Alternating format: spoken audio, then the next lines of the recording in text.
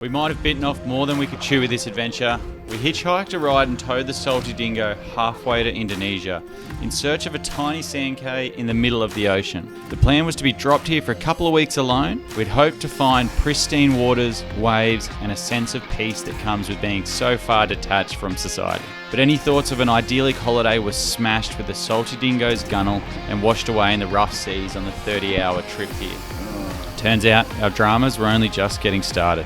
In one of the most remote sections of the Indian Ocean, 200 miles from any land, it then became clear what was killing the turtles. We're not the only ones out here. Alright, I really hope this is nothing, but there's 3 figures have pulled in on the beach. Oh, do you speak English? We didn't get a wink of sleep for the rest of the night, and the dim torchlets eventually faded off into the darkness just before sunrise. With no possible way home and nowhere to go, we've got no choice but to do the best with what we've got. So let's get into it. What's your plan? So the plan is, obviously there's no shade around here, so we've brought a couple of palm fronds, a couple of straight, which once were palms. We're going to build a little hut, so we'll see how we go.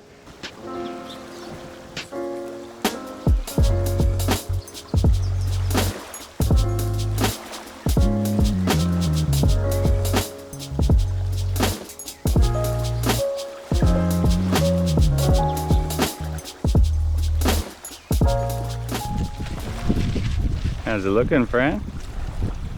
Pretty good, I think. Shady enough? Yeah. SPF 50 plus. Cool. This morning we noticed a boat anchored just off the reef here, and we come so far out on this trip, we just really weren't expecting to see anyone, but we only assume it must have been those visitors we had last night. So we put the drone up there, went out and had a look, and it's this Indonesian fishing vessel, which just blows our mind. I mean, never in my wildest dreams did I think we'd come so far out on the Salty Dingo, out from Australian waters, that we're now crossing paths with like traditional Indonesian fishing vessels. So look at that. I can't believe we're seeing this in Australian waters. This is just crazy. It's like we've steamed out to a whole different part of the world here. Oh, that's smoke on board. It looks like they must be having a fire cooking out the back. It's hard to know how many people are on board, but there's just people popping up everywhere. Look at all the dried fish and stuff up on the roof. I think they salt it all and leave it up on the roof to dry. We've got both their sails up now, eh? Yeah. Look at the sails. Looks like a handkerchief. I would say they look like my grandma's sheets. Grandma's sheets? Yeah. Is that the fire pit spot, is it, Fran? Yeah. So luckily there is a little bit of firewood here that we've found washed up on the sand cay. It's probably enough for, what do you reckon, Fran, like 4 meals worth of cooked fish. So we're going to savour that, but when the time is right, we'll have a little fish grill cook up. People don't like my body. Alright, so we've got to show you around camp, but Fran's under the impression that you guys don't like her voice and you don't want her to do the walkthrough, which I know is totally wrong. So come on, Fran, give us a bit of a walkthrough of the camp, please. Yeah, you've got it. So what have we got here? Homemade hut. Nice. A bedroom here. Yeah, very nice. Jackie didn't make the bed this morning. that's my side. Fire pit. Kitchen, surfboards and camera gear, ASCII with food, and spare fuel, Oh yeah. spare water, solar panel. Cool. Well, what's the plan now? So we're gonna head out probably that drop off over there. Yeah. See if we can catch lunch and dinner hopefully. And Awesome. that's about it. Awesome. So those of you that haven't seen the Great Adventure Season 1, we're running a similar operation that we're surviving from the ocean. Largemouth nanny guy. Huge coral trout. Yeah! have a go at the size of that. That was what this adventure was all about. We've literally travelled 1,000 miles. The dog-tooth tuna we came out here looking for. Now this is what getting back to basics is all about, finding spots like this. Whew. We're relying on catching our own seafood, and we're doing a bit of a challenge again, aren't we, Fran? We've got to do a different species every day. Like, we can't eat the same species twice. So to start with, we're just going to go for a bit of an explore, see what's around, and at some point we've got to do our best to catch some dinner. So fingers crossed we can get something tasty.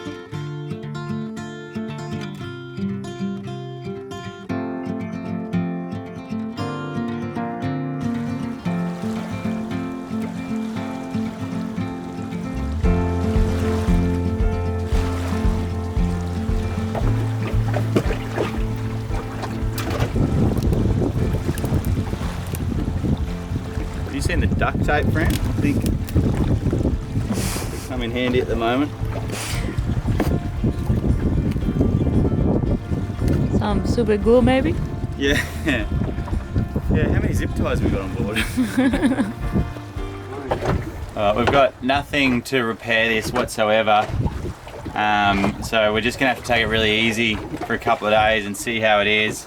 See whether like the actual side of the boat has been affected by the hole, this whole top half basically fracturing. We'll see how we go. It's a pretty kind of scary moment. You want to come out here on this big adventure and you're so ready for it and you want to push your limits, and then half of your boat breaks and you think, shit, was this really such a good idea? But you know, we're here now, and like I said, there's no turning back, so we've just got to make do with what we've got, and hopefully the salted dingo can live on to survive this trip. Border force is coming. Yeah. Flying straight at the top of our little hut. Yeah. I hope they like our architecture. I've never seen such a big plane come so low straight at us. This is... Get a wave. Australian Border Force aircraft, this is Border Force 66 on channel 72, how do you copy over? Yeah, Border Force 66, this is Salty Dingo. Got you loud and clear, mate. Salty Dingo, thanks for getting back to us there. Just have a couple of questions today. Noticed you're the recce in just south of the sandbar, is that correct? Over. Yeah, that's correct, mate. Over. Thank you very much, sir. You have a nice day out there, beautiful weather for you. We may speak to you on another day. Thanks for getting back to us there. This is Border Force 66, go back to channel 16 out. Yeah, thanks for the eyes in the sky, mate. Mum will be glad to hear that someone's looking out for us out here. Cheers, Salty Dingo's standing by. Yeah, he loves it. We're on board with the Australia Border Force team.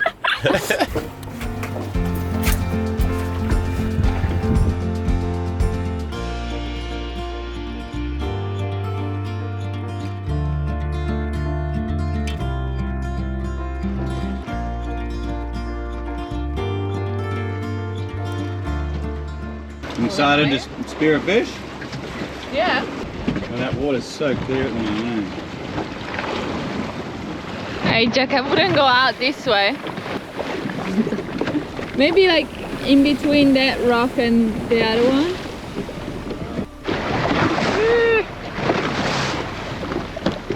Keep your right.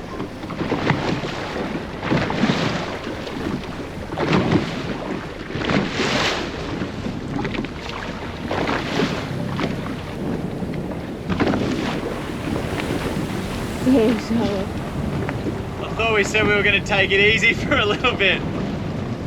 Probably not the best way to cross the reef at the moment, but I think we're almost there. So Jack, which one is your favorite color? Maybe a sip. This sandy spot here around the bombings. Right here. So do you think this one?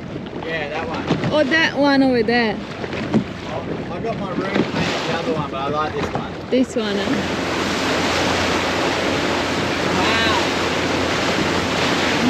Amazing, eh?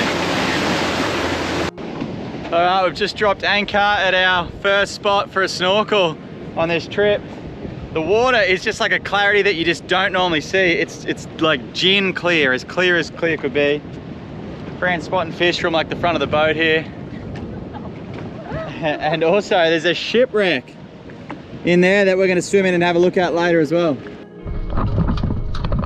Fran reckons the visibility is unbelievable, so We'll see you under there. Phew.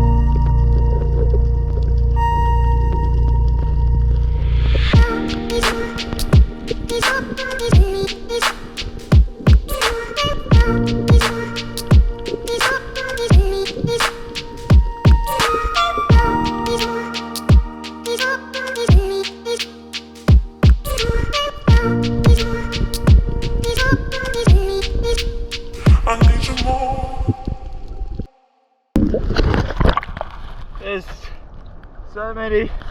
so many different reef species there, eh?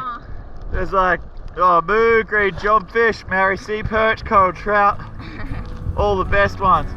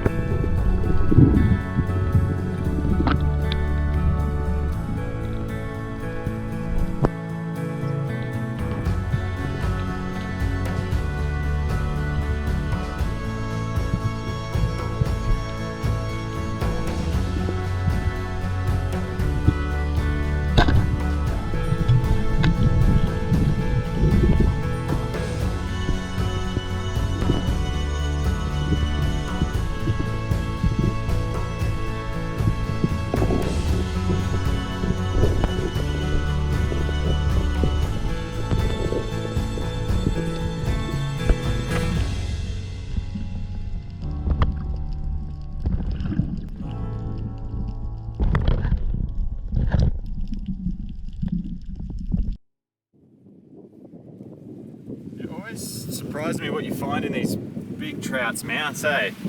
Like that is a surgeon fish in there, and I mean no fisherman would ever want to use a surgeon fish as bait, but quite often we find them. Oh, how did he fit that in there? Oh.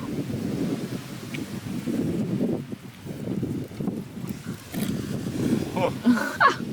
And that's why they get called a surgeon fish, because that barb there is said to be as sharp as a surgeon's knife. It actually faces backwards, but that big trout obviously didn't mind.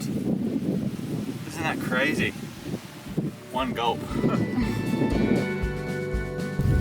Can't show any more coral trouts though. No more. This guy's got a blue spot coral trout. And the other good thing about where we are is that there's no ciguatera in these big coral trout. That's the final product, boned, skinned coral trout fillet.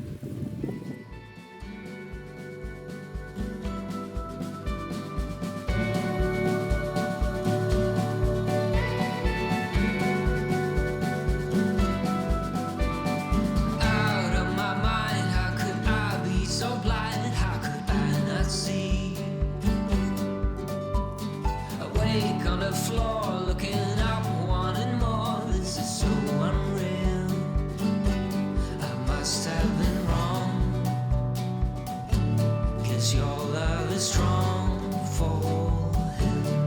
Why would it not be? He's always there for you. I keep living alone, way so far from home. Free, but ready to flee from this all. Hard to be standing on your own. Hard to be standing on your own.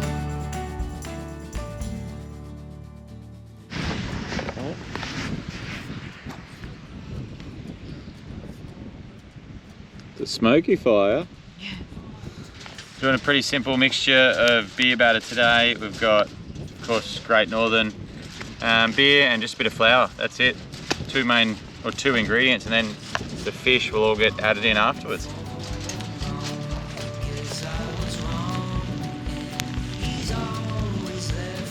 What do you got going on there, Fran? That's your beer butter. Yeah.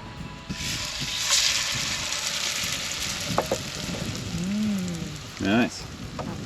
Can't wait. Cheers.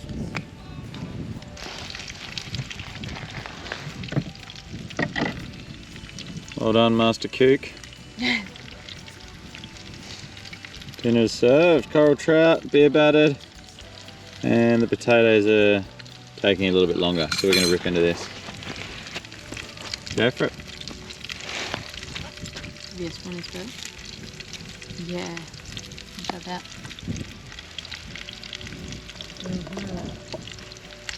Is it hot? Hot. Oh no. Is it yum? So yum. Is it? Delicious. Hot.